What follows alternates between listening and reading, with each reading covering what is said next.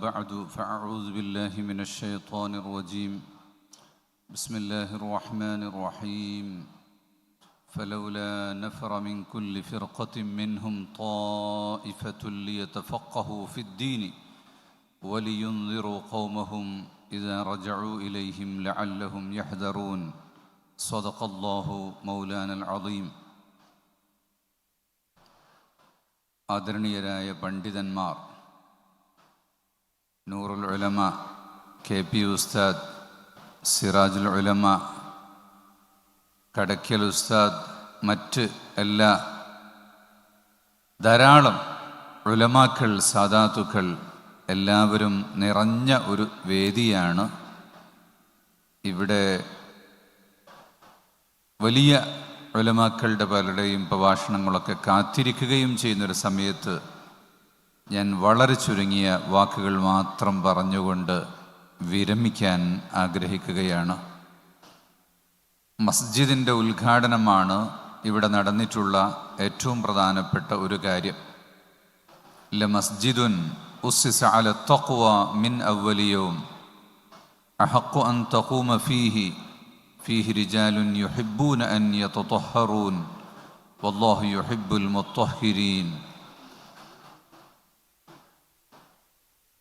ആരംഭ റസൂലുള്ളാഹി സ്വല്ലല്ലാഹു അലൈഹി വസല്ലമ തങ്ങൾ മദീനയിൽ പണിത വിശുദ്ധ ഖുർആൻ പറയുന്നത്, ആദ്യമായി നബി തങ്ങൾ മദീനയിൽ പണിത മസ്ജിദാണ് മസ്ജിദ് ഖുബ. മറ്റൊരു കൂട്ടർ ബിദ്അത്തിന്റെ ആളുകൾ ഒരു മസ്ജിദ് ഉണ്ടാക്കിയിട്ട് തങ്ങളെക്കൊണ്ട് ഉദ്ഘാടനം ചെയ്യിപ്പിക്കാൻ വേണ്ടി ശ്രമിച്ചു. അങ്ങനെ ഉദ്ഘാടനം ചെയ്താൽ പിന്നെ ആളുകളൊക്കെ അവിടെ വരുമല്ലോ എന്ന് കരുതിയിട്ട്, അപ്പം അല്ലാഹു തആല പറഞ്ഞു, ലാ തഖും ഫീഹി അബദാ, സ്ത്രീകൾ പോകുന്ന മസ്ജിദുകൾ അല്ല ആ തഖ്വയിൽ അധിഷ്ഠിതമായ മസ്ജിദ് എന്ന് പറയുന്നത്. ഫീഹി റിജാലുൻ, പുരുഷന്മാർ വരുന്ന മസ്ജിദാണത്. യുഹിബ്ബൂന അൻ യതതഹറു, അവർ ശുദ്ധീകരണം ഇഷ്ടപ്പെടുന്നവരും ആണ്. ശുദ്ധീകരണം എന്ന് പറഞ്ഞാൽ ആത്മശുദ്ധിയും ബാഹ്യശുദ്ധിയും. ത്വഹാറത്ത്, നജസ്സുകളിൽ നിന്ന് വൃത്തിയാവുക, മാലിന്യങ്ങളിൽ നിന്ന് ശുദ്ധിയാവുക. എന്നാൽ മനസ്സ് ശുദ്ധിയാവുക എന്ന് പറഞ്ഞതാണ് കാമിലായ ത്വഹാറത്ത് എന്ന് പറയുന്നത്. ബാഹ്യമായ ശുദ്ധി അത് മുഅ്മിനന്റെ പ്രത്യേകതയാണ്. ഗുജറാത്തിൽ മർക്കസിന് കീഴിൽ ഒരു സ്കൂൾ ആരംഭിച്ചു 13 വർഷം മുമ്പ്. ഇപ്പൊ 13ാമത്തെ സ്കൂൾ ഈ വർഷം ഉദ്ഘാടനം ചെയ്തു. അവിടെ വലിയ വംശീയ ഹത്യകൾ നടന്ന് 2000-ലേറെ ആളുകൾ കൊല്ലപ്പെട്ട വലിയ സംഭവമുണ്ടായി. ഗുജറാത്ത് എന്ന് കേട്ടാൽ ആളുകൾക്ക് പേടി വരുന്ന ഒരു കാലത്താണ് ഗുജറാത്തിൽ മർക്കസ് വിദ്യാഭ്യാസ പ്രവർത്തനങ്ങളുമായി പോകുന്നത്. ഇന്ന് അൽഹംദുലില്ലാ ആ പ്രദേശങ്ങളിലെല്ലാം അമുസ്ലിംകൾ മുസ്ലിംകളെ തിരിച്ചറിയുകയും പരസ്പരം സൗഹാർദ്ദത്തോടെ ജീവിക്കാൻ തുടങ്ങുകയും ചെയ്തു. 5-8 വർഷങ്ങൾക്ക് ശേഷം ഒരിക്കൽ അവിടെ ഒരു ഓറിയന്റേഷൻ പ്രോഗ്രാമിൽ ടീച്ചേഴ്സ് എല്ലാം ഒരുമിച്ച് കൂടിയ സമയത്ത് വയസ്സായ ഒരു ബ്രാഹ്മൺ സ്ത്രീ, ഒരു ടീച്ചർ പറയുകയാണ്, ഇവിടുത്തെ മുസ്ലിം സ്കൂളുകളിൽ ഒരിക്കലും ഞങ്ങളാരും പോകില്ല, ഞങ്ങളുടെ കുട്ടികളും പോകില്ല, ഞങ്ങൾ ജോലിക്കും പോകൂല. എൻ്റെ ജോലിയൊക്കെ അവസാനിച്ച് വീട്ടിൽ നിവൃത്തിയില്ലാത്തത് കൊണ്ടൊരു പരസ്യം കണ്ടപ്പോൾ വന്ന് എന്നെ ഇവിടെ ജോലിക്കെടുത്തു. അത് തന്നെ എനിക്ക് അത്ഭുതമായി. ഞാനിവിടെ ജോലിക്ക് വന്നത് എൻ്റെ വീട്ടുകാർക്കെല്ലാം വലിയ അത്ഭുതവും അതോടൊപ്പം വലിയ ഭീതിയും ആയി. എനിക്കിവിടെ വരുമ്പോൾ 2 ആശങ്കയാണ് ഉണ്ടായിരുന്നത്. ഒന്ന്, മുസ്ലിംകൾ തീവ്രവാദികളാണോ എന്ന്.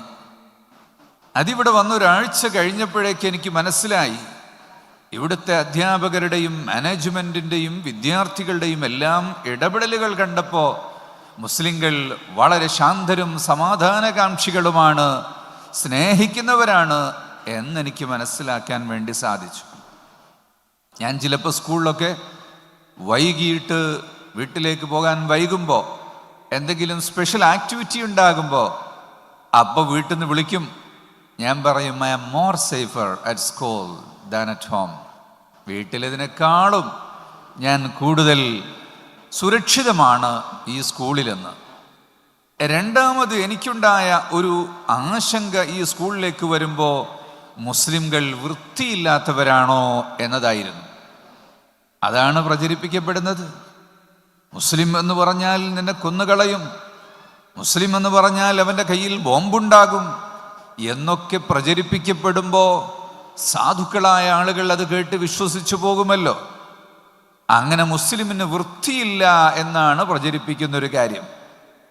ഞാൻ ഈ സ്കൂളിൽ വന്ന് കുറച്ച് ദിവസം കഴിഞ്ഞപ്പോൾ ഈ കുട്ടികളുടെയൊക്കെ നിലപാടുകൾ കണ്ടപ്പോൾ തന്നെ എനിക്ക് മനസ്സിലായി, ടോയ്ലറ്റിൽ പോയി മൂത്രമൊഴിച്ചു വന്നാൽ പാൻസിൽ ഒരു തുള്ളി മൂത്രം തെറിച്ചു എന്ന് പറഞ്ഞിട്ട് അത് കഴുകാൻ വേണ്ടി പോകുന്ന കുട്ടികളെ കണ്ടപ്പോൾ ഞാൻ അത്ഭുതപ്പെട്ടു പോയി. ഞങ്ങളൊക്കെ മൂത്രം കൊണ്ട് ആഘോഷിക്കുന്നവരാണ്. മൂത്രം മുറ്റത്ത് തെളിക്കുക, പാത്രം കഴുകുക, ഇതിനൊക്കെ മൂത്രം ഉപയോഗിക്കുന്ന ഒരാളുകളാണ്.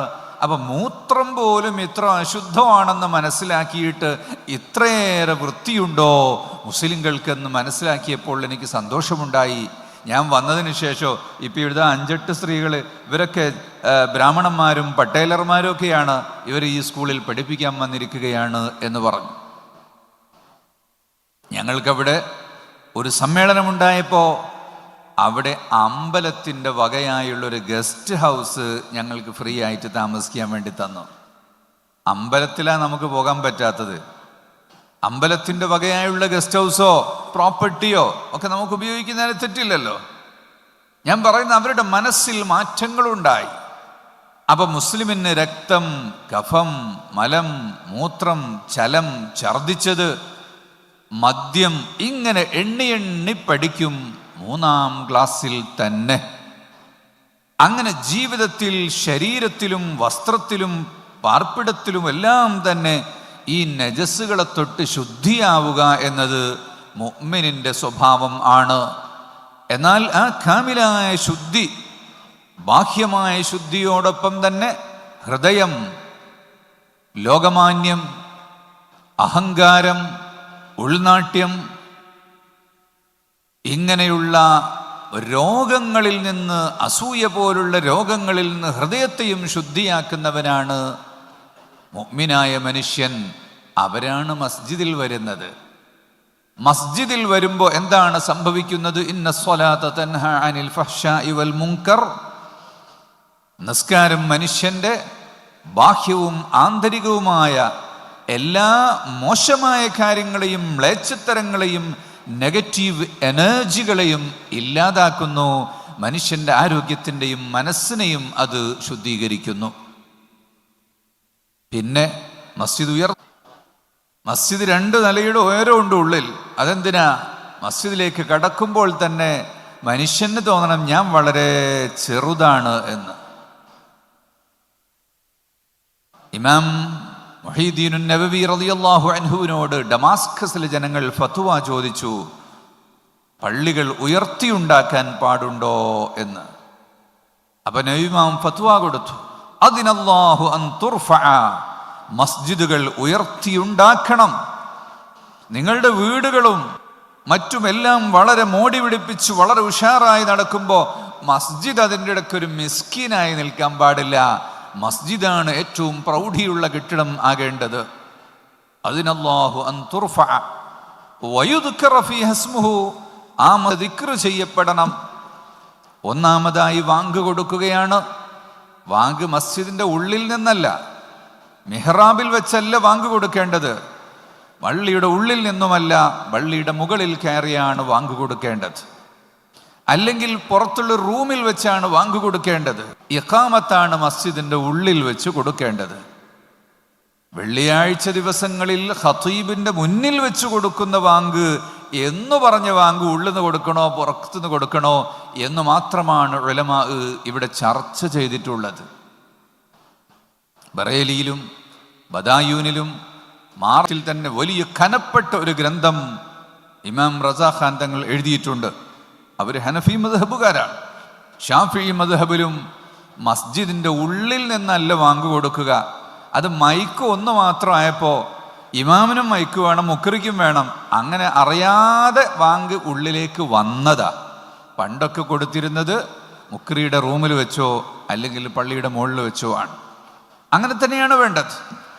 വാങ്ക് കൊടുക്കലാണ് ഏറ്റവും വലിയൊരു ദിക്ർ. പിന്നെ ഖുർആൻ പാരായണമാണ്, നിസ്കാരമാണ്. അഖിമിസ് സ്വലാത്ത ലിദിക്രി. പിന്നെ ലാ ഇലാഹ ഇല്ലല്ലാഹ് സുബ്ഹാനല്ലാഹ് വൽഹംദുലില്ലാഹ് വലാ ഇലാഹ ഇല്ലല്ലാഹു അല്ലാഹു അക്ബർ. അങ്ങനെയുള്ള ദിക്റുകളെല്ലാം മസ്ജിദിൽ വെച്ച് ചൊല്ലണം. റസൂലുള്ളാഹി സ്വല്ലല്ലാഹു അലൈഹി വസല്ലം തങ്ങളുടെ മേലുള്ള സ്വലാത്തുകൾ അങ്ങനത്തെ എല്ലാ അമലുകൾക്കും വേണ്ട സ്ഥലം മസ്ജിദ് തന്നെയാണ്. അതുകൊണ്ട് പരമാവധി നമ്മുടെ ദീനീയായ അമലുകൾ, ഏർപ്പാടുകൾ, ക്ലാസ്സുകൾ, പ്രഭാഷണങ്ങൾ എല്ലാം മസ്ജിദിനകത്ത് തന്നെയാക്കാൻ ശ്രമിക്കണം. ഇതുപോലുള്ള വലിയ സദസ്സുകൾ ഒരുമിച്ച് കൂടുമ്പോൾ നമുക്ക് പുറത്ത് കെട്ടേണ്ടി വരും എന്നല്ലാത്ത സാധാരണ നടന്നു വരുന്ന പരമാവധി പരിപാടികൾ മസ്ജിദിൻ്റെ ഉള്ളിലാക്കണം. അതിലൊരുപാട് ഗുണമുണ്ട്. ഒന്ന്, എഴുത്തിക്കാഫിൻ്റെ നീയത്ത് കിട്ടും, നിലത്തിരിക്കുന്ന പുണ്യം കിട്ടും. മസ്ജിദിൽ തന്നെയുള്ള മൈക്കും സൗണ്ടൊക്കെ ഉപയോഗിച്ചാൽ മതി. അപ്പോൾ ആളുകളുടെ കാതൊന്നും പൊട്ടിപ്പോകൂല, ഹാർട്ട് അറ്റാക്കായി പോകൂല. അമിതമായ ലൈറ്റിൻ്റെയും ആവശ്യമില്ല, അവിടെയുള്ള ലൈറ്റ് ഉപയോഗിച്ചാലും മതി. ഒരുപാട് കൂലി ആ പരിപാടി കഴിഞ്ഞു പോകുമ്പോഴേക്ക് കിട്ടുകയും ചെയ്യും. മസ്ജിദുകൾ അതിനെല്ലാം ഉള്ളതാണ്. ധാരാളമായി പറഞ്ഞതുകൊണ്ട് ഞാൻ ആ വിഷയം കൂടുതൽ സംസാരിക്കുന്നില്ല. ഈ മസ്ജിദ് മർഹൂമ അസ്മാ ബീവി, അസുമ എന്ന് ഇംഗ്ലീഷിൽ എഴുതി, അറബിയിൽ എഴുതിയ കറക്റ്റാ അസ്മാ. അസുമ എന്ന് എഴുതിയത് പണ്ട് സ്കൂളിൽ ചേർക്കുമ്പോൾ എഴുതിയ സ്പെല്ലിങ്ങിൽ അങ്ങനെ വന്നതുകൊണ്ട് മാഷുമാർ പല കോലത്തിലും എഴുതിപ്പോകും. അപ്പോൾ വായിക്കേണ്ടത് അസ്മാ. അസ്മാ എന്ന് പറയുന്ന ഉമ്മയുടെ പേരിൽ അബ്ദുൽ ഖാദിർ സ്വാഹിബ് ഉണ്ടാക്കിയ മസ്ജിദാണ്. അള്ളാഹു രണ്ടുപേർക്കും അതിൻ്റെ പ്രതിഫലം നൽകട്ടെ. മഹദിയുടെ പരലോക ജീവിതം അള്ളാഹു സന്തോഷമാക്കി കൊടുക്കട്ടെ. അസ്മാ എന്ന് പറയുന്ന വലിയ ഏറ്റവും മനോഹരമായൊരു നാമമാണത്. ആയിഷ റളിയല്ലാഹു അൻഹയുടെ സഹോദരി, അബൂബക്കർ സിദ്ദീഖ് റളിയല്ലാഹു അൻഹുവിൻ്റെ മകൾ, ദാത്തുൻ നിതാഖൈൻ എന്ന് പറഞ്ഞ് പ്രത്യേകമായ നാമം നൽകപ്പെട്ട ഉമ്മു സഹാബിയത്തായ ഏറ്റവും വലിയ മഹദിയാണ് അസ്മാ ബീവി റളിയല്ലാഹു അൻഹ. അവരുടെ പേരിലാണ് അബ്ദുൽ ഖാദിർ ഹാജിയുടെ ഉമ്മയുടെ പേരും. അള്ളാഹു ആ മദീഹയുടെ ബർക്കത്ത് കൊണ്ട് ഈ മസ്ജിദിൻ്റെ പ്രതിഫലം ചേർത്ത് ഈ മഹദിയെയും അവരുടെ കുടുംബത്തിൽ ദിവംഗതരായ ആളുകളെയും ഹാജി സാഹിബിനെയും എല്ലാം ഇതിനു വേണ്ടി പ്രവർത്തിച്ച ആളുകളെയും എല്ലാം നമ്മയെല്ലാം അള്ളാഹു സ്വർഗ്ഗലോകത്ത് ഒരുമിച്ച് കൂട്ടട്ടെ എന്ന് ഞാൻ ദുആ ചെയ്യുകയാണ്. ഇതൊക്കെ ഒരു ഭാഗ്യമാണ്. പണമുണ്ടായതുകൊണ്ട് കാര്യം ഇല്ല. ചിലർ വലിയ മസ്ജിദൊക്കെ ഉണ്ടാക്കിയാൽ നമ്മൾ വിചാരിക്കും അയാൾ വലിയ പണക്കാരനാണ്. 2.5 കോടിൻ്റെ മസ്ജിദ് ഉണ്ടാക്കിയാൽ ഇയാളുടെ അടുത്ത് 100 കോടി ഉണ്ടാകും എന്ന് വിചാരിക്കും. ഉണ്ടാവട്ടെ. ചിലപ്പോൾ 2.5 കോടി കഴിഞ്ഞാൽ പിന്നെ 25,000 മാത്രമേ ബാക്കി ഉണ്ടാകൂ. കയ്യിലുള്ളത് മുഴുവനും എടുത്തിട്ട് അങ്ങനെ സ്വതക്ക ചെയ്യുന്ന ആളുകളുണ്ട്. വയനാട്ടിൽ മർക്കസിന് ഒരു സ്ഥാപനം ഉണ്ട്, മദീന അക്കാഡമിയ. 10 ഏക്കർ സ്ഥലമുണ്ട്. മഹാനായ CM വലിയുല്ലാഹി റഫഅല്ലാഹു ദർജതഹു അവരുടെ അരുമ ശിഷ്യൻ, വലിയ മുഹിബ്ബാണ്. അവിടെ അഹമ്മദ് ഹാജി എന്ന് പറയുന്ന, അഹമ്മദ് കോയ ഹാജി എന്ന് പറയുന്ന ഒരാൾ, ആജിയാർ എന്ന് പറയും. മൂപ്പരുടെ ആ സ്ഥലം 10 ഏക്കർ ഒന്നായിട്ട് മടവൂർ മൂപ്പർക്ക് കൊണ്ടുപോയി കൊടുത്തു. മടവൂർ അവർ പറഞ്ഞു, ഇത് ഉസ്താദിനെ ഏൽപ്പിച്ചു കൊടുക്കുക, മർക്കസിനെ ഏൽപ്പിച്ചോളൂ എന്ന് പറഞ്ഞു. ആ 10 ഏക്കറയുടെ മൂലയിൽ ഒരു 10 സെന്റ് മാറ്റി വെച്ച് അതിൽ ചെറിയൊരു വീടുണ്ടാക്കി അദ്ദേഹം അവിടെ താമസിച്ചു. ബാക്കി മുഴുവനും ദാനം ചെയ്തു. ഇന്നവിടെ വലിയ ഒരു വിദ്യാഭ്യാസ സ്ഥാപനമായി മാറി. പെൺകുട്ടികൾക്ക് വിദ്യാഭ്യാസം നേടാനുള്ള 10ാം ക്ലാസ്സിന് ശേഷം വിദ്യാഭ്യാസം നേടാനുള്ള സ്ഥാപനം. ഇന്ന് നമുക്കിവിടെ എല്ലാം പെൺകുട്ടികൾക്കുള്ള സ്ഥാപനങ്ങളുണ്ട്. ഖാദിസിയയുടെ കീഴിലുണ്ട്.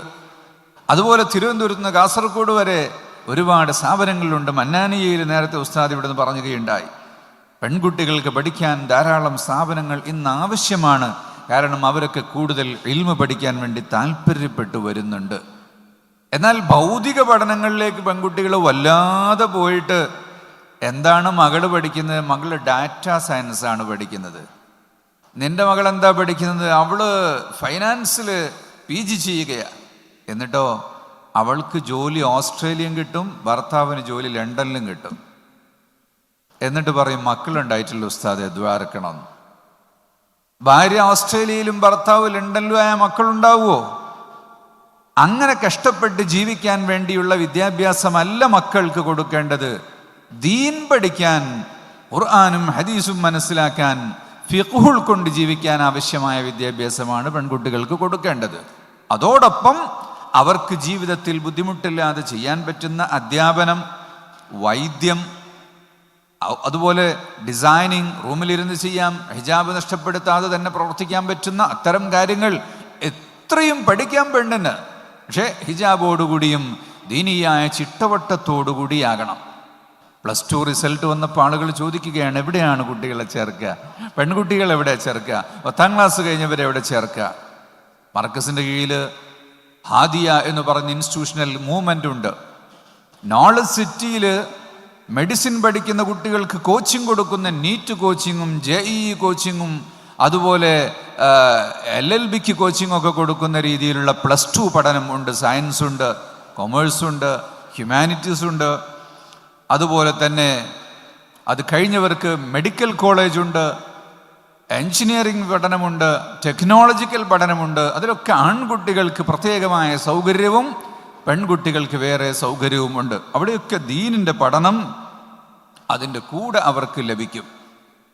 BBA MBA പഠനമുണ്ട്. അതെല്ലാ MBA കോളേജിലും പഠിപ്പിക്കുന്നത് പോലെയല്ല, മറിച്ച് വർക്ക് ഇൻ്റഗ്രേറ്റഡ് പ്രോഗ്രാമാണ്. 6 മാസം പഠിക്കും, 6 മാസം ജോലിക്ക് പോകും, ജോലി ചെയ്തു പഠിക്കും, വെള്ളത്തിൽ ഇറങ്ങിയിട്ട് നീന്തം പഠിക്കും, പുസ്തകത്തിൽ നിന്ന് നീന്തം പഠിക്കുന്ന പരിപാടിയല്ല. MBA എന്ന് പറഞ്ഞാൽ ഒരു 3 മാസം ക്ലാസ് കഴിഞ്ഞാൽ പിന്നെ ഫാക്ടറിയിലാണ് പോവുക 6 മാസം. അത് വെച്ചിട്ടാണ് പിന്നെ അടുത്ത 3 മാസത്തെ ക്ലാസ്. അങ്ങനെ വർക്ക് ഇൻ്റഗ്രേറ്റഡ് പ്രോഗ്രാമായിട്ട് ഇന്ത്യയിൽ തന്നെ ഏറ്റവും ഉയർന്ന സ്ഥാനം ലഭിച്ചിട്ടുള്ള എയ്മർ എന്ന് പറയുന്ന വിദ്യാഭ്യാസ സ്ഥാപനം നോളജ് സിറ്റിയിലുണ്ട്. അതുപോലെ കുട്ടികൾക്ക് LED ബൾബ് മുതൽ എയർ കണ്ടീഷൻ വരെ ഉണ്ടാക്കാൻ പഠിപ്പിക്കുന്ന, ഇലക്ട്രിക് സൈക്കിൾ ഉണ്ടാക്കാൻ പഠിപ്പിക്കുന്ന, ജീവിക്കാൻ വേണ്ടി പഠിപ്പിക്കുന്ന കോഴ്സുകൾ അങ്ങനെയെല്ലാം ചേർന്നിട്ടുള്ളതാണ് നോളജ് സിറ്റി. സാന്ദർഭികമായി വിഷയം കടന്നു വന്നപ്പോൾ ഞാൻ പറഞ്ഞതാണ്, ഈ മലയോര മേഖലയിലുള്ള ആളുകളൊക്കെ ഒരുപക്ഷെ കേൾക്കാത്തവർ ധാരാളം ഉണ്ടാകും. അതുപോലെ ഈ മസ്ജിദ്, വലിയൊരു മസ്ജിദ് ഈ ഗ്രാമത്തിലുണ്ടായി. 40ഓളം മഹല്ലുകളിൽ 40 ആളുകളാണ് ഇവിടെ ഒരുമിച്ച് കൂടിയത് എന്ന് പെരിങ്ങാട് ഉസ്താദ് അവർകൾ ഉണർത്തുകയുണ്ടായി. അങ്ങനെ മഹല്ലുകളുടെ ഒരു കേന്ദ്രമായിട്ട് നമ്മുടെ മസ്ജിദുകൾ മാറണം. നോളജ് സിറ്റിയിലെ മസ്ജിദ് ജാമിഉൽ ഫുതൂഹ്, ഇന്ത്യൻ ഗ്രാൻഡ് മസ്ജിദ് എന്നാണ് അതിൻ്റെ പേര്. ഇന്ത്യയിൽ തന്നെ ഏറ്റവും കൂടുതൽ ഫഅലായിട്ടുള്ള മസ്ജിദാണ്. ഈ നോമ്പിന് 2000 ആളുകളാണ് ഓരോ ദിവസവും നോമ്പ് തുറക്കാൻ. 17ാം രാവിന് 25,000 ആള്. ഏരൂർ ഉസ്താദിനെ ഞാൻ എല്ലാ കൊല്ലം ദിവസം അതിനേക്കാളും വലിയ പരിപാടി മൂപ്പരുടെ സ്ഥലത്തുണ്ടാകും. റബീഉൽ അവ്വൽ വിളിക്കും, അന്നും അവിടെ വലിയ പരിപാടി ഉണ്ടാകും. എന്നാൽ അതൊന്നും അല്ലാത്തൊരു ദിവസം വരണം എന്ന് പറഞ്ഞിട്ടുണ്ട്. ഇൻഷാ അല്ലാഹ് ഈ പ്രായം ചെന്ന വലിയ ഉസ്താദ്മാരെല്ലാവരും വരണം. മാസത്തിൽ 4ാമത്തെ വെള്ളിയാഴ്ച, നമ്മുടെ മാസമാണ് ശവ്വാൽ, ദുൽഖഅദ, ദുൽഹിജ്ജ. ഇംഗ്ലീഷ് മാസമല്ല, അത് നമ്മുടെ മാസമല്ല. അറബി മാസങ്ങളിലെ 4ാമത്തെ വെള്ളിയാഴ്ചയാണ് അൽ ഹദ്റത്തുൽ ഖാദിരിയ അവിടെ വെച്ച് നടക്കുന്നത്. നിങ്ങൾക്ക് എല്ലാവർക്കും അതിൽ വരാം എന്നും സാന്ദർഭികമായി ഓർമ്മപ്പെടുത്തുകയാണ്. ഇവിടെ ഇന്ന് ഹിഫ്ള് മദ്രസയിൽ നിന്ന് പാസ്സായ കുട്ടികൾക്ക് സനദ് കൊടുത്തു. അതുപോലെ ശരീഅ മദ്രസയിൽ നിന്ന് പാസ്സായ വിദ്യാർത്ഥികൾക്ക് ആലിം സനദും കൊടുത്തു. സനദ് ദാന പ്രസംഗം എന്ന് പറഞ്ഞതുകൊണ്ട് വലിയ ഉസ്താദുമാരുടെയൊക്കെ പൊരുത്തത്തോടു കൂടി 2 വാക്ക് ഞാൻ ഓർമ്മപ്പെടുത്തുക മാത്രമാണ്. ഹിഫ്ളിൻ്റെ സനദ് എന്ന് പറയുന്നത് ഖുർആൻ ഹിഫ്ള് ചെയ്ത ജിബ്രീൽ അലൈഹിസ്സലാം റസൂലുള്ളാഹി സ്വല്ലല്ലാഹു അലൈഹി വസല്ലം തങ്ങൾക്ക് ഓതിക്കൊടുത്തു. നബി സ്വല്ലല്ലാഹു അലൈഹി വസല്ലം തങ്ങൾ അത് മനഃപ്പാഠമാക്കി. ഓതിക്കൊടുക്കുമ്പോൾ തന്നെ തങ്ങൾ സ്പീഡിൽ ഇങ്ങനെ ഓതും. അപ്പോൾ അല്ലാഹു തആല പറഞ്ഞു, ലാ തുഹർരിക് ബിഹി ലിസാനക ലിതഅജല ബിഹി. തങ്ങൾ അങ്ങനെ സ്പീഡായിട്ട് ഓതേണ്ട കാര്യം ഇല്ല. ഫൈദാ ഖറഅനാഹു ഇന്ന അലൈനാ ജംഅഹു വഖുർആന, അത് ഹൃദയത്തിലാക്കി തരുന്നത് അത് ഞാൻ ഏറ്റിട്ടുണ്ട്. വഖുർആന, പിന്നെ തങ്ങൾ ഓതിക്കോളും. അങ്ങനെ തങ്ങൾക്കത് ജിബ്രീൽ അലൈഹിസ്സലാം ഓതുമ്പോഴേക്ക് തങ്ങൾക്ക് ഹിഫ്ളാകും, തങ്ങളത് പിന്നെ ഓതും. വർഷത്തിലൊരിക്കൽ റമദാനിൽ ജിബ്രീൽ അലൈഹിസ്സലാം വന്ന് നബി തങ്ങൾക്ക് ഇങ്ങോട്ട് ഓതിക്കൊടുക്കും, നബി തങ്ങൾ അത് കേൾക്കും, നബി തങ്ങൾ അങ്ങോട്ട് ഓതിക്കൊടുക്കും, ജിബ്രീൽ അലൈഹിസ്സലാം അത് കേൾക്കും. അങ്ങനെ റമദാൻ എന്ന് പറയുന്നത് ഖുർആൻ ഹയാത്താക്കുന്ന ഒരു മാസമാണ്. അതുകൊണ്ടാണ് ഹാഫിദുകളായ കുട്ടികൾക്ക് റമദാൻ മാസത്തിൽ വേറെ ഒരു പരിപാടിയും പാടില്ല. അവരെന്തായാലും ഏതെങ്കിലും മസ്ജിദിൽ ഇരുന്നു കൊണ്ട് അല്ലെങ്കിൽ വീട്ടിലിരുന്നു കൊണ്ട് ഖത്മ തീർത്തുകൊണ്ട് ഖുർആൻ ഓതണം. അങ്ങനെയാണ് ആ ഖുർആൻ ഓരോ വർഷവും പുതുക്കിയെടുക്കുന്നത്. അപ്പോൾ റസൂലുള്ളാഹി തങ്ങളിൽ നിന്ന് സ്വഹാബത്ത് കേട്ടുപഠിച്ചു. അങ്ങനെ സ്വഹാബത്തിൽ നിന്ന് താബിഈകൾ പഠിച്ചു. അങ്ങനെ ഖുർആകൾ വഴി മഹാനായ ആസിം റളിയല്ലാഹു അൻഹുവിൻ്റെ ഖിറാഅത്ത്, ഹഫ്സ് റളിയല്ലാഹു അൻഹുവിൻ്റെ ഖിറാഅത്ത് ആസിം റളിയല്ലാഹു അൻഹുവിൽ നിന്ന് നിവേദനം ചെയ്ത, അതാണ് നമ്മുടെ നാടുകളിൽ വ്യാപകമായി വന്നിട്ടുള്ള സനദ്. അത് കണ്ണി മുറിയാതെ ഉസ്താദുമാർ വഴി വന്ന് ഇവിടെ പഠിപ്പിച്ചു കൊടുത്ത ഉസ്താദ്, അതാണ് അതിൻ്റെ സനദ് എന്ന് പറയുന്നത്.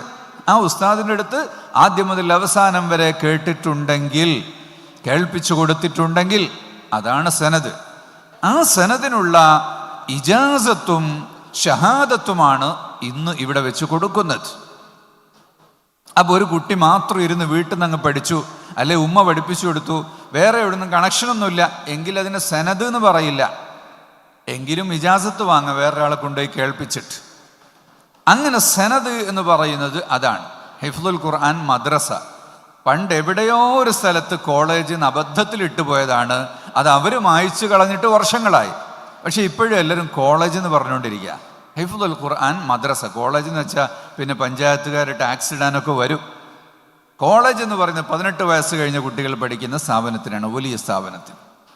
അപ്പോൾ ഹിഫ്ളുൽ ഖുർആൻ മദ്രസ അല്ലെങ്കിൽ മർക്കസ് തഹ്ഫീദുൽ ഖുർആൻ, അതുപോലെ ശരീഅത്ത് പഠിച്ച കുട്ടികൾക്ക് ആലിം ബിരുദമാണ് ഇവിടെ നിന്ന് കൊടുത്തത്. ആലിം ബിരുദം എന്ന് പറഞ്ഞാൽ അത് തമിഴ്നാട്ടുകാരുണ്ടാക്കിയ ഒരു സനദിൻ്റെ പേരാണത്. പേരുള്ള ആലിം സർട്ടിഫിക്കറ്റുള്ള മൗലവിയാകുന്നു ഇത് എന്നാണ് അർത്ഥം. അപ്പോൾ ഷറഹുൽ അഖായിദയും ജംഉൽ ജവാമിഉം അതുപോലെയുള്ള കിതാബുകളെല്ലാം ഓതി, മഹല്ലി 4 ജുസും ഓതി, അങ്ങനത്തെ ആളുകൾക്കാണ് ആലിം എന്ന് പറയുന്ന ഡിഗ്രി കൊടുക്കുന്നത്. അതിനുശേഷം ബുഖാരിയും മുസ്ലിമും സിഹാഹുസിത്ത മുഴുവനും ഓതി, തുഹഫത്തുൽ മുഹ്താജിൻ്റെ 2 ജുസ് എങ്കിലും അല്ലെങ്കിൽ മുഖ്താറായ കുറേ ഭാഗങ്ങൾ ഓതി, വലിയ മന്തിഖിൻ്റെ കിതാബൊക്കെ ഓതിയിട്ട് നല്ല കഴിവാർജിച്ച ആളുകളാകുമ്പോൾ അവർക്ക് ഫാദിൽ എന്ന് പറഞ്ഞ ഡിഗ്രിയും കൊടുക്കും. പിന്നെ 1 വർഷമോ 2 വർഷമോ ഓതിയാൽ അവർക്ക് ഖിൽ എന്ന് പറഞ്ഞ ഡിഗ്രി കൊടുക്കും. ഇതൊക്കെ നോർത്ത് ഇന്ത്യയിലും മറ്റൊക്കെ വരുന്ന ഡിഗ്രിയാണ്. മെഡിസിൻ്റെ ഡിഗ്രി ലോകത്ത് ആദ്യം കൊടുത്തിരുന്നത് ഫാദിലെ തിബ്ബ് എന്ന് പറഞ്ഞിട്ടാ. ലോകത്താദ്യമായി വെറ്റിനറിയുടെയും മെഡിക്കൽ സയൻസിൻ്റെയും ഡിഗ്രി കൊടുത്തത് മൊറോക്കോയിലെ ഫാസ് ജുമാ മസ്ജിദിലാണ്. ഖറവിയൻ ജുമാ മസ്ജിദ് ഫാസിലുള്ള ആ സർട്ടിഫിക്കറ്റിൻ്റെ കോപ്പി എൻ്റെ കയ്യിലുണ്ട്. അതാണ് ലോകത്ത് ആദ്യത്തെ മെഡിസിൻ്റെ ഡിഗ്രി. വെറ്റിനറി ഡോക്ടർ ഡിഗ്രിയും അതാ. അതിൽ ഫാദിലെ തിബ്ബോ കാമിലെ തിബ്ബ്. ഫാദിലെ തിബ്ബ് എന്ന് പറഞ്ഞാൽ ഡിഗ്രി, കാമിലെ തിബ്ബ് എന്ന് പറഞ്ഞാൽ PG. പിന്നെ കുറേ നൂറ്റാണ്ടുകൾക്ക് ശേഷമാണ് പിന്നെ BMBUSും അതുപോലെ തന്നെ MDയും മറ്റൊക്കെ ഉണ്ടായത്. MBBS എന്ന് പറഞ്ഞൊരു ഡിഗ്രി ഉണ്ട് അല്ലേ? ശരിക്കും BMBS എന്നാണ് പറയേണ്ടത്, അതും തെറ്റിപ്പോയതാ. Bachelor of Unani medicine and surgery, അതാണ് BUMS.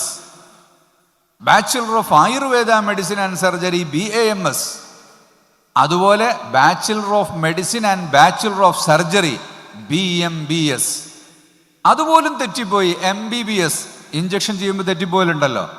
വലത്തെ പല്ലിന് ഇഞ്ചക്ഷൻ ചെയ്തിട്ട് ഇടത്തെ പല്ല് പറിക്കുന്ന ചില ഡോക്ടർമാരുണ്ട്. അതുപോലെ ഓപ്പറേഷൻ കഴിഞ്ഞാൽ കത്രിക പള്ളയിൽ വെച്ച് തുന്നിപ്പോകുന്ന ഏർപ്പാടുണ്ട്. ഡിഗ്രി തന്നെ BMBS എന്ന് പറഞ്ഞാൽ MBBS എന്ന് എഴുതിയാൽ പിന്നെ അങ്ങനെ തന്നെയല്ലേ സംഭവിക്കുക.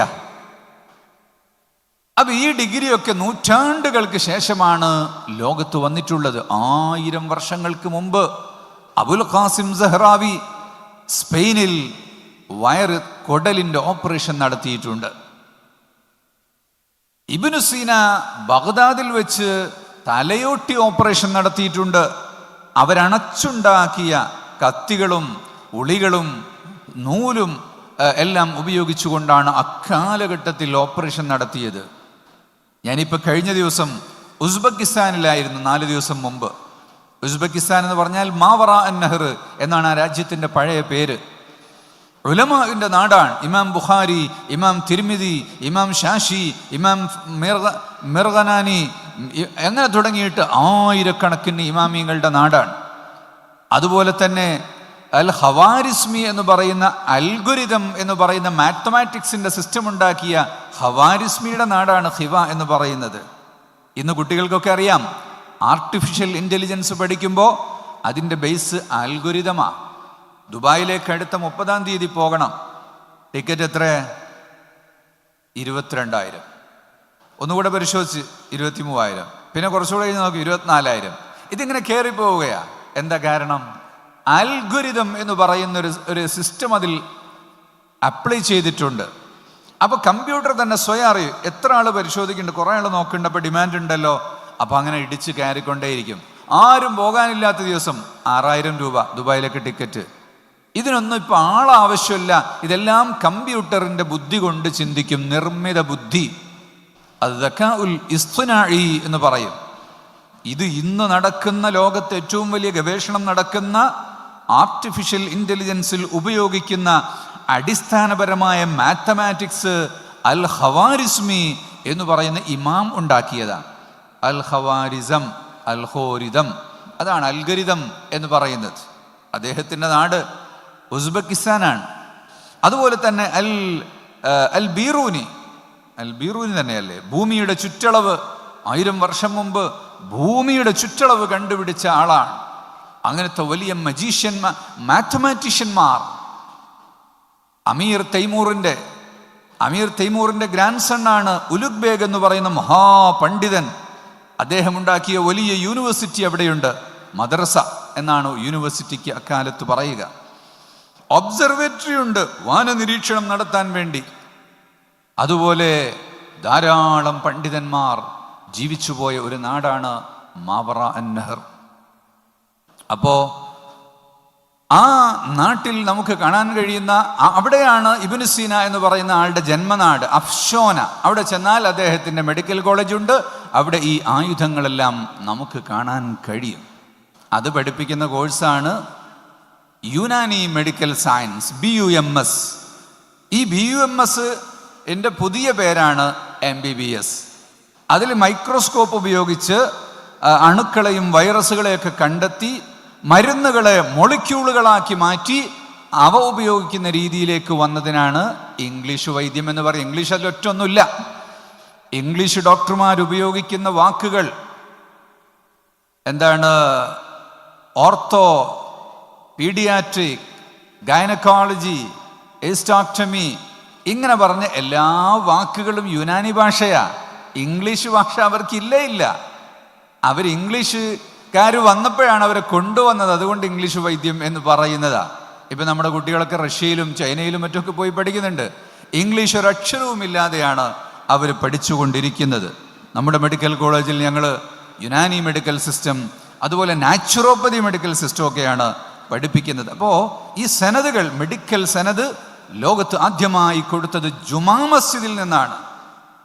അൽ ഖറവിയീൻ എന്ന് പറഞ്ഞ ജുമാ മസ്ജിദിൽ നിന്നാണ് വൈദ്യപഠനം തുടങ്ങിയത്. ഇംഗ്ലീഷുകാരായ ക്രിസ്ത്യാനികൾ അന്തലുസിലെ മസ്ജിദിൽ വന്നുകൊണ്ടാണ് ഈ വൈദ്യമൊക്കെ പഠിച്ചിരുന്നത്.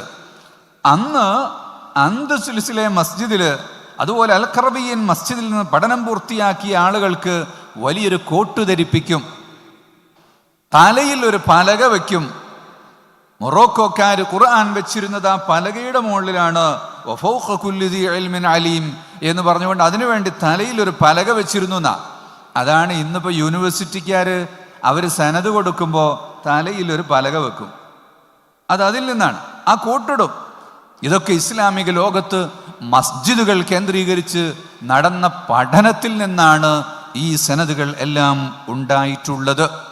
അങ്ങനെ നമ്മുടെ ഉലമാക്കൾ ദീനീ പഠനത്തിനും ഭൗതിക പഠനത്തിനുമെല്ലാം ഇങ്ങനെ ഒരു സനദ് കൊടുക്കുന്ന ഏർപ്പാടുണ്ട്. വക്കീലന്മാർക്ക് കൊടുക്കുന്ന കോടതിയിൽ, എറണാകുളത്ത് ഹൈക്കോടതി ചെന്നാൽ വക്കീലന്മാർ ഇൻസ്റ്റലേഷൻ ചെയ്യുമ്പോൾ, അവിടെ എൻറോൾ ചെയ്യുമ്പോൾ അവർക്ക് സനദ് എന്നാണ് പറയുക. സനദ് കൊടുക്കും. കാരണം ഇതൊക്കെ അറബിയിൽ നിന്നും മുസ്ലിം ഉലമാക്കളാണല്ലോ ഇതെല്ലാം ഇവിടെ രൂപപ്പെടുത്തിയിട്ടുള്ളത്.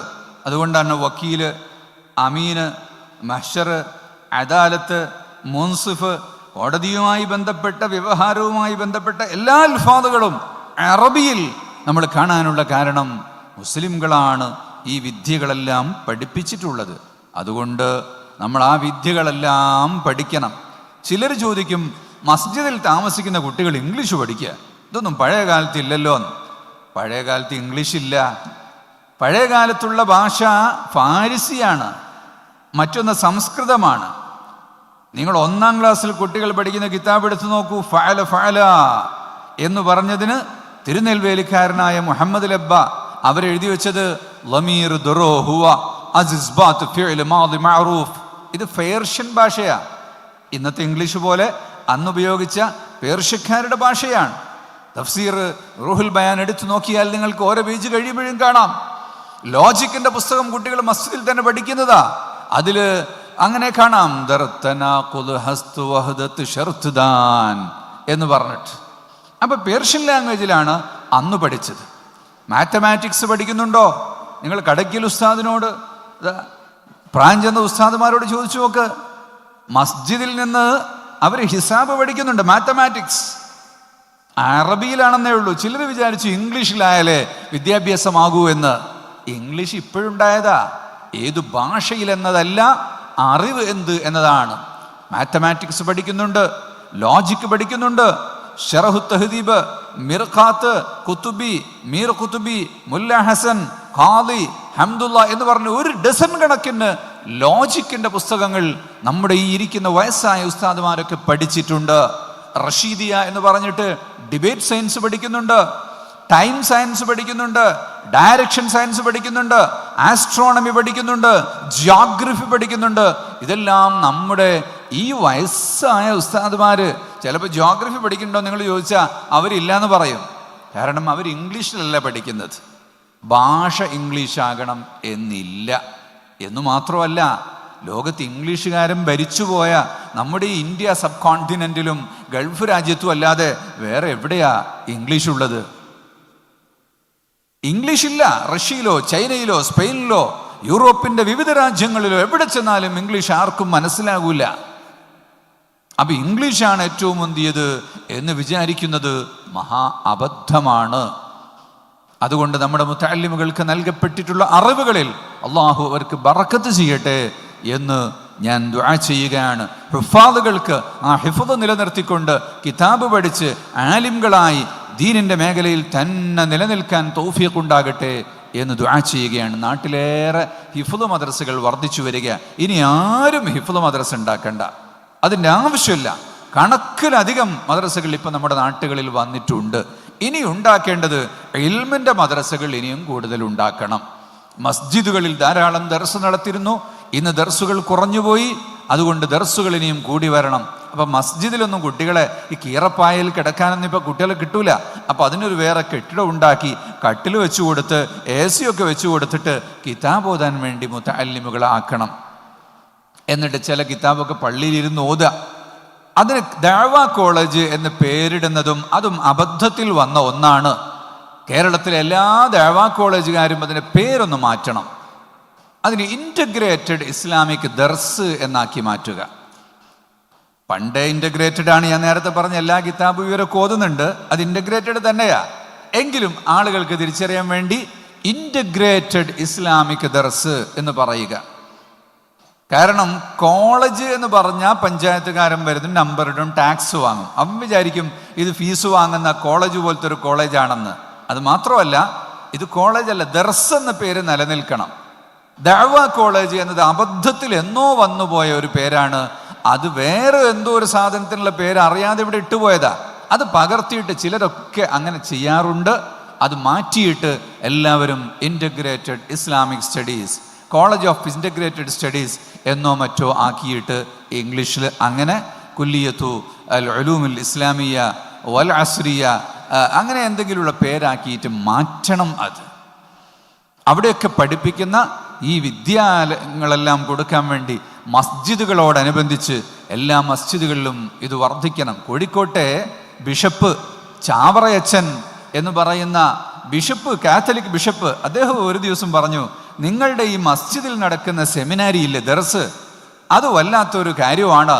വീട്ടിലേക്ക് കുട്ടികൾ പോയി വീട്ടിൽ നിന്ന് ഭക്ഷണം കഴിച്ചു വരുമ്പോൾ ആ മസ്ജിദിൽ നിന്നുള്ള ആത്മീയത എല്ലാ വീട്ടിലേക്കും ചെല്ലും, കണക്റ്റഡ് ആകും. അതല്ലേ നിങ്ങളുടെ ഒരു ആത്മീയ വളർച്ചയുടെ കാരണം. അത് വലിയൊരു കാര്യം തന്നെയാണ്. ഞാനത് നന്നായി ഒബ്സർവ് ചെയ്തിട്ടുണ്ട്. ഞാൻ ഞങ്ങളുടെ ഇടവകകളിൽ ഇക്കാര്യം പറയാറുണ്ട്. ഞങ്ങളുടെ സെമിനാരികളിലെ കുട്ടികൾക്ക് വീട്ടിൽ നിന്ന് ചെലവിന് കൊടുക്കാൻ പറ്റുമോ എന്ന് നോക്കാൻ വേണ്ടി. ഇന്നൊരൊറ്റ ഉമ്മമാരും തയ്യാറല്ല ചെലവിന് കൊടുക്കാൻ. ഇവിടെ മലയോര പ്രദേശമായതുകൊണ്ട് എനിക്ക് തോന്നുന്നു അങ്ങനത്തെ നല്ല സ്വഭാവങ്ങളൊക്കെ ഉണ്ടാകും, അതൊന്നും മാറിപ്പോയിട്ടുണ്ടാകില്ല. വീട്ടിൽ നിന്ന് ചെലവ് കൊടുക്കണം. ഒരു യൂണിവേഴ്സിറ്റിയാണ് മസ്ജിദിൽ നടക്കുന്ന ദർസ്, ഈ വിഷയങ്ങളെല്ലാം പഠിക്കുന്ന ദർസ്. പക്ഷേ അവിടെ എന്തില്ല, ബെഞ്ച് വേണ്ട, ഡെസ്ക് വേണ്ട, പ്രത്യേക ലൈറ്റ് വേണ്ട, ഇരിക്കാൻ ഇരിപ്പിടം വേണ്ട. ആകെ ഒരാൾ ഒരു ഇമാമിന് ശമ്പളം കൊടുത്താൽ മതി. ഭക്ഷണം നാട്ടുകാർ കൊടുക്കുന്നു, ഇരുത്തം പള്ളിയിലാണ്, കിടത്തം പള്ളിയിലാണ്. അങ്ങനെയാണ് ഒരു ചെലവുമില്ലാതെ ലോകത്ത് ഈ കലാലയങ്ങൾ നടന്നിരുന്നത്. അതുകൊണ്ട് ആ ദർസുകളെ നമ്മൾ പുനഃസ്ഥാപിക്കുകയും എല്ലാം വേണം. അല്ലാഹു സുബ്ഹാനഹു വ തആല ഇവിടുത്തെ ഈ പരിപാടിയിലും ദർസിലും എർബാഡിയ സ്ഥാപനത്തിലും എല്ലാം അല്ലാഹു തആല ബറക്കത്ത് ചെയ്യട്ടെ.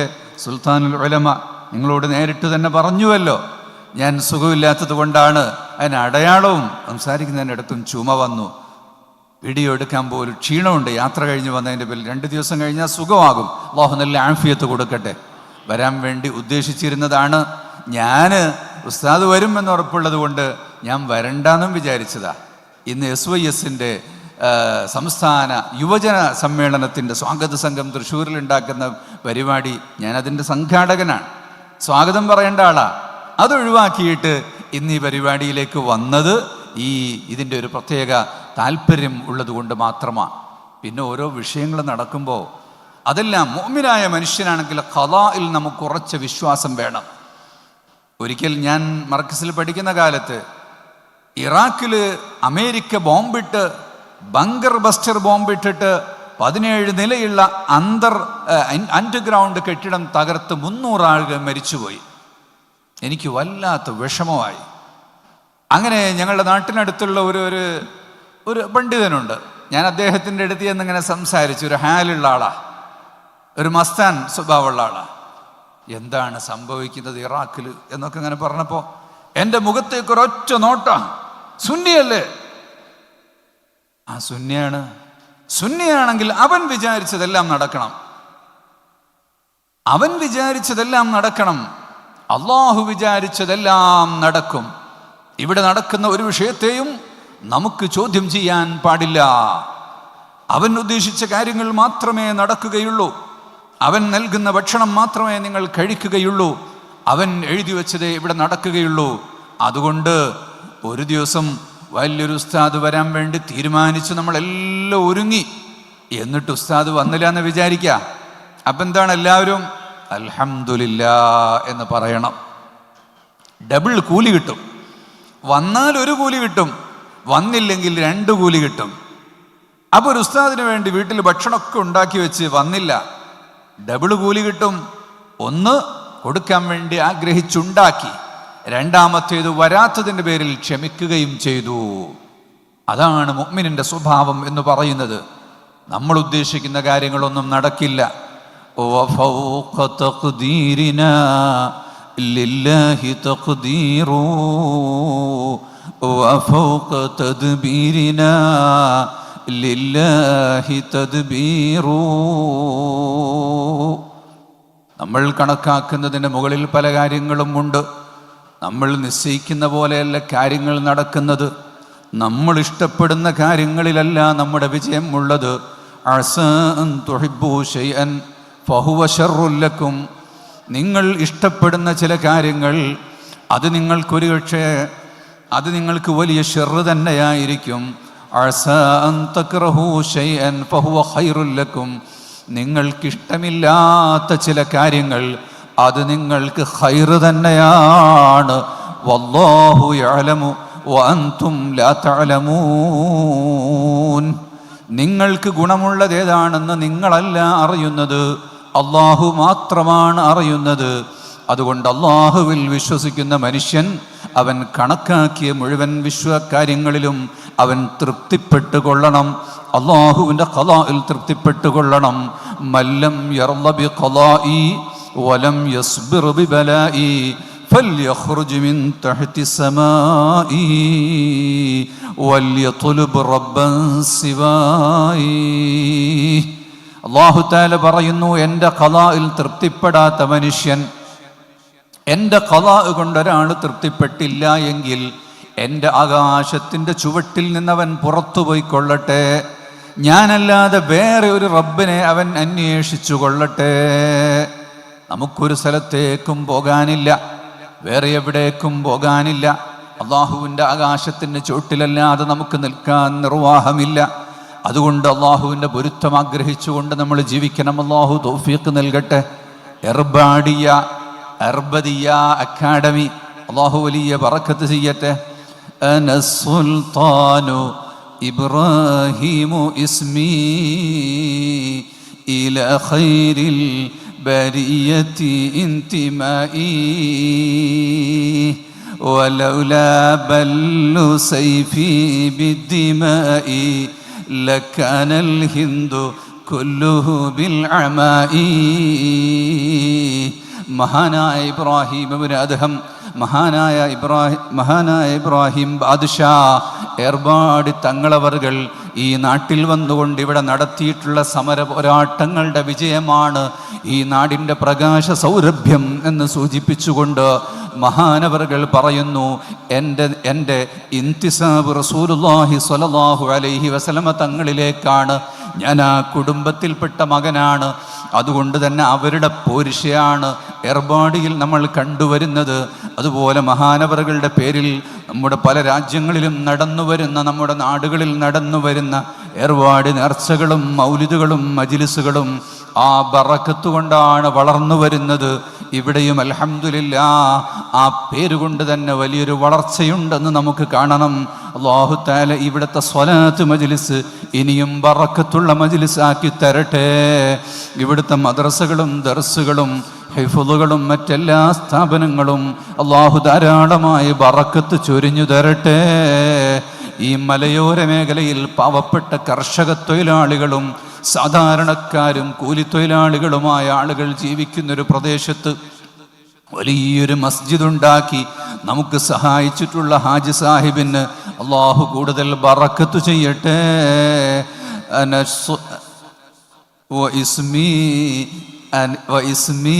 ഇസ്മു ഖൈരിൽ അംബിയാഇ വഅബ്ദുൽ ഖാദിരിൽ മശ്ഹൂറു ഇസ്മി വഇസ്മി ഇസ്മു ഖൈരിൽ അംബിയാഇ. മഹാനായ ഷെയ്ഖ് മുഹീദ്ദീൻ ഖദ്ദസല്ലാഹു സിറഹുൽ അസീസ് നമ്മെ ഓർമ്മപ്പെടുത്തിയത് എൻ്റെ അറിയപ്പെട്ട പേര് അബ്ദുൽ ഖാദിർ എന്നാണ്, യഥാർത്ഥ പേര് മുഹമ്മദ് എന്നാണ്. എന്നാൽ വിശ്രുതമാക്കപ്പെട്ട പേര് അബ്ദുൽ ഖാദിർ എന്നാണ്. ആ പേരുമാണ് ഈ മസ്ജിദിൽ വന്നിരിക്കുന്നത്. ഷെയ്ഖ് അബ്ദുൽ ഖാദിർ ജീലാനി തങ്ങളുടെ ബറകാത്തുകളും അള്ളാഹു ഈ മസ്ജിദിലും മജ്ലിസിലും ഒരുക്കി തരട്ടെ, ഇറക്കി തരട്ടെ.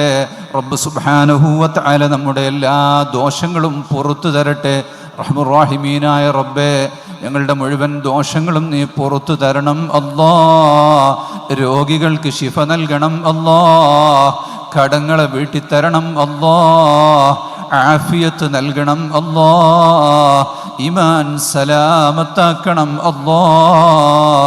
ഈ വേദിയിലിരിക്കുമ്പോൾ ഒരാൾ 25,000 രൂപ കൊണ്ടുവന്ന് മർക്കസിന് വേണ്ടി തന്നു. ഉസ്താദിൻ്റെ കയ്യിൽ കൊടുക്കാൻ ആഗ്രഹിച്ചതാണ്.